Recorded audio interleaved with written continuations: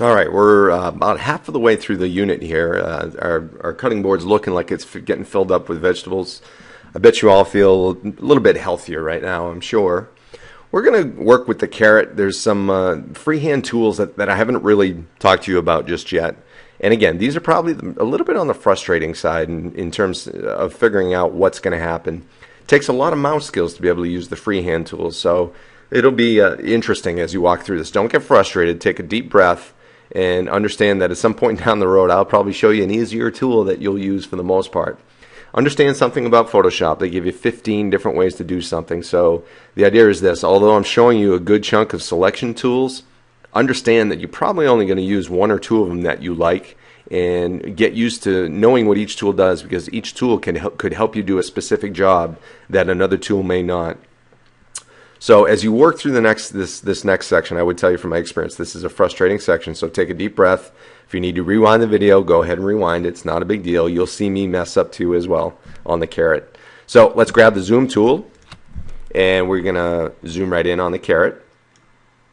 And I'm going to keep coming in till I can get it nice and big, so I only see the carrot on my screen. So here we go. Here's the carrot. If I go underneath the marquee tool, I'm going to find all the freehand tools. And the one I want you to start with is the lasso tool. And you'll see all the icon appears to be as a lasso. And now what you want to do is you want to try, here's the frustrating part, take a deep breath. Remember your yoga exercises. All right, here we go. What you're going to do is drag your mouse with your finger on your mouse button down and around the carrot. And you're basically going to try to draw on the edge of the carrot. So as I push my mouse, I start drawing, and you'll see if I start moving around, if I don't have great mouse skills, which is exactly what I'm showing right here, horrible mouse skills, I can come around and draw around the carrot. The minute I get to the point where I started, I let go of the mouse button. You'll notice that is not a good selection. If I start to move this, you'll see that, wow, that is not good at all. Not giving myself credit at all. So I'm going to step back, and I'm actually going to get rid of that selection as well. The lasso tool is good for just a quick selection. You want to pull something out of a picture. You want to pull a color, a solid color out. Lasso tool is awesome. But quite honestly, I'll be very honest with you. It's very hard to work with. I'm going to go back to the freehand tools, and I'm going to use what's called the Polygonal Lasso tool. This is a little bit better. What the Polygonal Lasso tool allows you to do is to create these areas where if you're clicking, you can create straight lines. So this may or may not work out all that well either, but I'm going to click, put an insertion point, or fastening point is basically what Photoshop calls them. Then I'm going to go ahead and click again where I want my first line to be. So I just clicked create another fastening point, and I'm going to click every time I want to put a fastening point and change the angle of attack for my selection. So you'll see you get a better refined selection because you're allowed to use the straight line, and you don't have to worry so much about going through every little section of the carrot. You hear my click every now and then. A little tough to do a corner. And you're going to continue around doing these fastening points all the way around. And I'm going to keep going. I'm going to try to get the little nub on the end there. Get to the end of the carrot. And the minute I click and cross the lines, I can double click, and there's my selection for the carrot. So that's the second one. Obviously, this one would work well when you want to select a very sharp-edged piece, maybe like a triangle or a polygon. Obviously, if it's a square, you would use a square selection tool or the rectangular marquee. But some very hard shapes, like a great example would be using that rectangular marquee tool. If I wanted to select, start selecting the vegetable or the cutting board, I could start selecting the cutting board this way, and you could see where the marquee works, not the marquee, but the polygonal lasso tool works really well. I'm going to get out of here, get out of the selection. We'll slide back down to the carrot. Notice my selection's gone, no big deal. Hit Control D on your keyboard, get rid of that selection, And the third one, which is probably the most powerful one, is something called the magnetic lasso tool. And I'm going to go back to this idea of fastening points. The magnetic lasso tool basically is a combination of two tools. It uses the fastening point idea from the Polygonal tool, but it also uses some color-based selections like the magic wand did, and it kind of interpolates the difference between the two. So basically it's going to try to lay down the line based upon the color difference between the two. You see all these fastening points a little bit better on the magnetic lasso tool, but in essence what you want to do is just kind of go over the caret on the edge and click your mouse button every time you want to add a fastening point.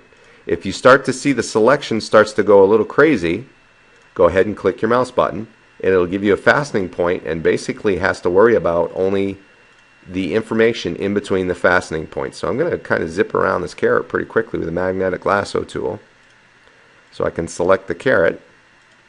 I go to the end. You'll see under the cursor, I don't know if you can see that or not. I'll zoom in on the production, but you'll actually see the circle loop hit, and that'll close your circle and you have your selection. I'm going to zoom out, Control minus, and I'm going to move the caret right in between the tomato and the olives. I'm going to let go. Obviously I don't want it to go like this, so I'm going to use another transform mode called rotate. I'm now going to go up to edit. I am going to go to transform and I'm going to rotate. You'll notice, again, we've seen this before, the transform box comes up, but if you notice I put my cursor on the corners, it's a double-headed arrow now, which basically allows you to rotate the caret. So I'm going to grab the bottom right corner and I'm going to rotate the caret until it slides in between the tomato and the olive. And I'm a little off, I'll move it over in a bit. But understand again, transform box is up, I'm in transform mode. I either have to click the plus or hit the return key, gets rid of transform mode, and now I'm going to slide the caret exactly where I want it to be, in between the tomato and the olive hole. I'm going to deselect the caret, and I'm going to slide over to the bell pepper. I'm going to zoom in on that because I'm going to move that while I'm at it too. I'm going to zoom in on the bell pepper, and I'm going to grab my magnetic lasso tool one more time, and I'm going to use that to pick the yellow bell pepper. You'll notice it goes to the green. And again, the cool thing about the way they've set us up with this lesson is primarily, the bottom line is, they put all these veggies either on the white background or on a very solid color. So I would tell you this, if you know you're going to take sections out of a picture and you're actually photographing those pictures to start, a cool thing to do is to make sure that you know you're going to Photoshop them. You're actually going to put them on a solid color. You notice my little circle under, I click, there's my bell pepper selected. So as you're taking these pictures of these things, if you know you're going to cut and select these things, it's a good idea to just give your picture a nice contrasted background, solid color background, similar to the way the lettuce was on the white. And then that way it'll make your selections a whole lot easier. So I'm going to pull the yellow pepper right up into here. I am going to deselect. There's my yellow pepper gone, and I think we're going to be good to go. Oh no, one more step. So I've moved all of my veggies. All of my veggies are on my cutting board now. I want to get rid of all of the rest of this stuff. And there's something in photography. There's a command called crop. And basically, if you've done any photography classes, you would know that crop means you're going to cut out parts of the picture that you don't want. So, but before I do that here, I need to select what I do want. So I'm going to grab my rectangular marquee, and I'm going to grab this whole entire chunk right here. And I'm basically saying I want to get rid of everything else around here. So once I've selected what I want, I go to Image. There's a crop command right there. I hit crop, and I just got my veggie palette. All of my other veggies are all gone. So this becomes my new picture. Good time, go ahead and save what you got. Just save it as veggies or whatever. But in any case, this will give you a nice clean picture. We've got what we wanted. We got one more selection tool I want to cover, and I saved the best for last. We're going to talk about some hue, saturation, and refine edges, those kinds of things, and some layer ideas, and we should be done. Talk to you in a bit.